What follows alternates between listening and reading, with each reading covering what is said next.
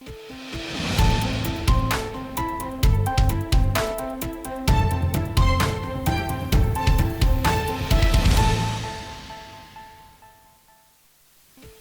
et messieurs, bienvenue dans cette édition du journal sur Matin Libre TV. Voici le sommaire. La prière de Tarawih marquant les soirées du Ramadan musulman a débuté dans les mosquées le vendredi 28 février 2025.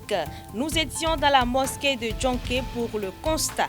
Ensuite, l'imam de Sekandji, après la prière de l'aube du samedi 1er mars, rappelle aux fidèles les bonnes aptitudes selon les prescriptions du Coran pour ne pas faire annuler son jeûne. Pour finir, il est constaté dans les points de vente de l'eau de coco un mélange de cette eau avec du lait pic et du citron. Un nutritionniste nous donne plus de détails sur ce mélange et de ses effets dans l'organisme. C'est tout pour le sommaire.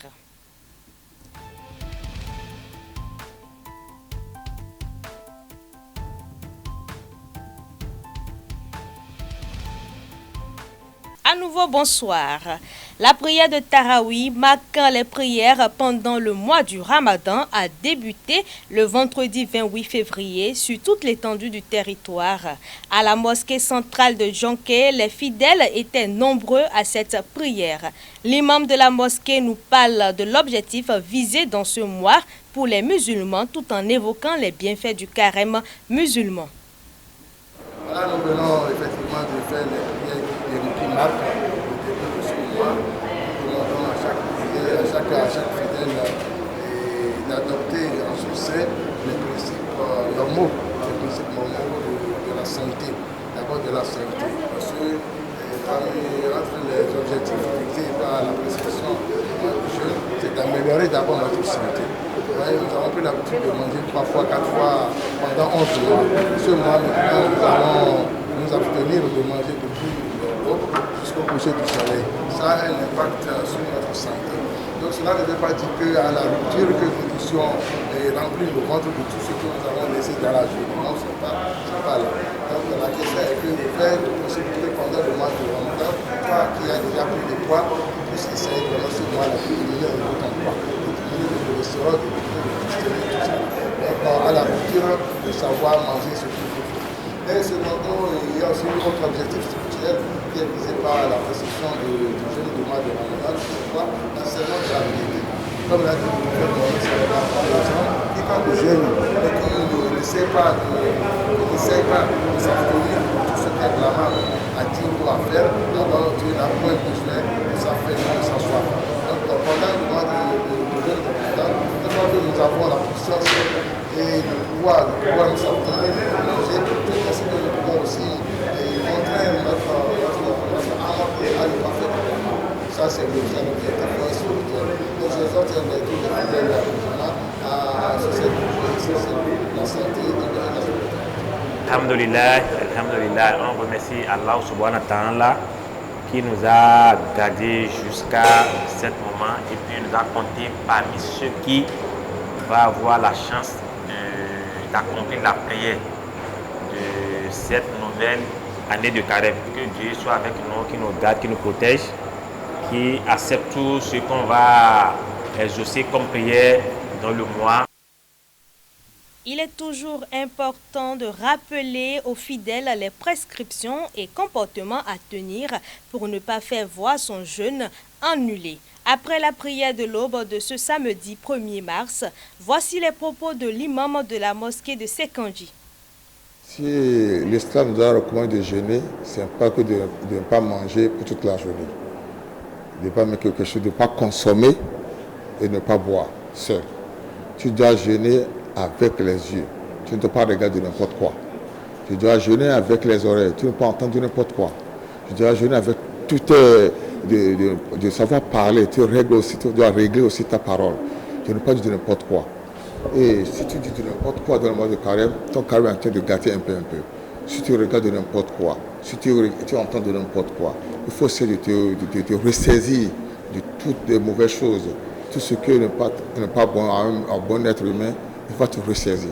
Si tu n'es pas ressaisi, c'est comme que tu es en train de faire un sport, de te faire une régime seulement. Tu dois parler très peu.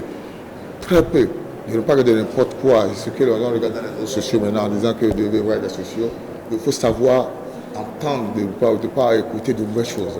Tu dois te régler, te ressaisir de tous ces mauvais comportements. Première des choses qui a été recommandée par l'islam et notre prophète sallallahu alayhi wa sallam est de se lever très tôt le matin et faire la prière du Fajr avant de commencer la journée. Chaque année, nous avons un mois et 30 jours de l'année à pouvoir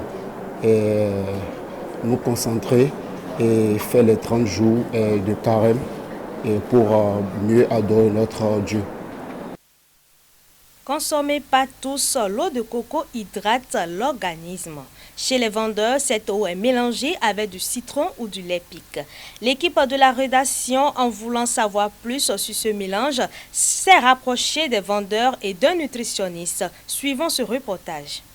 Boisson naturelle très délicieuse, l'eau de coco est riche en électrolytes, ce qui peut être bénéfique pour le cœur, aider à réguler le taux de sucre dans le sang, améliorer la santé des reins et assurer une bonne hydratation. Depuis quelque temps, un mélange d'eau de coco avec du lait pique et du citron est aperçu chez les vendeurs de rue. Face à l'affluence, ces derniers expliquent. Bon, le coco en général, c'est naturellement bon. Et il y a des petits trucs que ça règle sur la santé. Avec le citron, ça traite le palu. Et avec le lait pique, ça fait la fatigue et l'ITER. l'ITER, il y a beaucoup de personnes qui ne connaissent pas l'ITER, donc on l'appelle la fièvre chaude. Les clients aiment tellement ça que c'est bon quand même. Pour en savoir plus, un nutritionniste nous apporte des éclaircissements sur les effets de ce mélange. L'eau de coco avec le lait pique. Quand nous prenons le lait pique, c'est un lait concentré. Et lorsque vous regardez sa composition nutritionnelle, vous allez voir que ça contient au moins 146 kilocalories. Et ça contient également 10,33 grammes de sucre. Voilà que lorsque vous prenez également la composition nutritionnelle de l'eau de coco pour 100 ml, vous allez voir également qu'il y a au moins 3 à 5 grammes de sucre et 25 kilocalories. Donc, lorsque vous mélangez le lait pique avec le lait de coco, on a à peu près 170 kilocalories et donc 20 grammes de sucre. Le sucre n'est pas trop bon pour la santé, non? Et lorsque vous faites ce mélange et vous prenez, on ne conseille pas trop du point de vue nutritionnel parce que ça peut vous amener soit en surpoids, soit dans l'obésité, et ça peut également vous entraîner dans le diabète si vous consommez de façon excessive. Mais lorsque vous prenez ça de façon passagère, cela ne crée pas de problème. Mais c'est lorsqu'on abuse de cela, du mélange de lait de coco avec le lait pique, que cela peut créer soit le surpoids, ou soit l'obésité, ou soit le diabète, puisqu'il y a assez de calories, il y a assez de sucre. Et quand on parle du mélange de lait de coco avec le citron, là, du point de vue nutritionnel, nous le conseillons parce que c'est bon.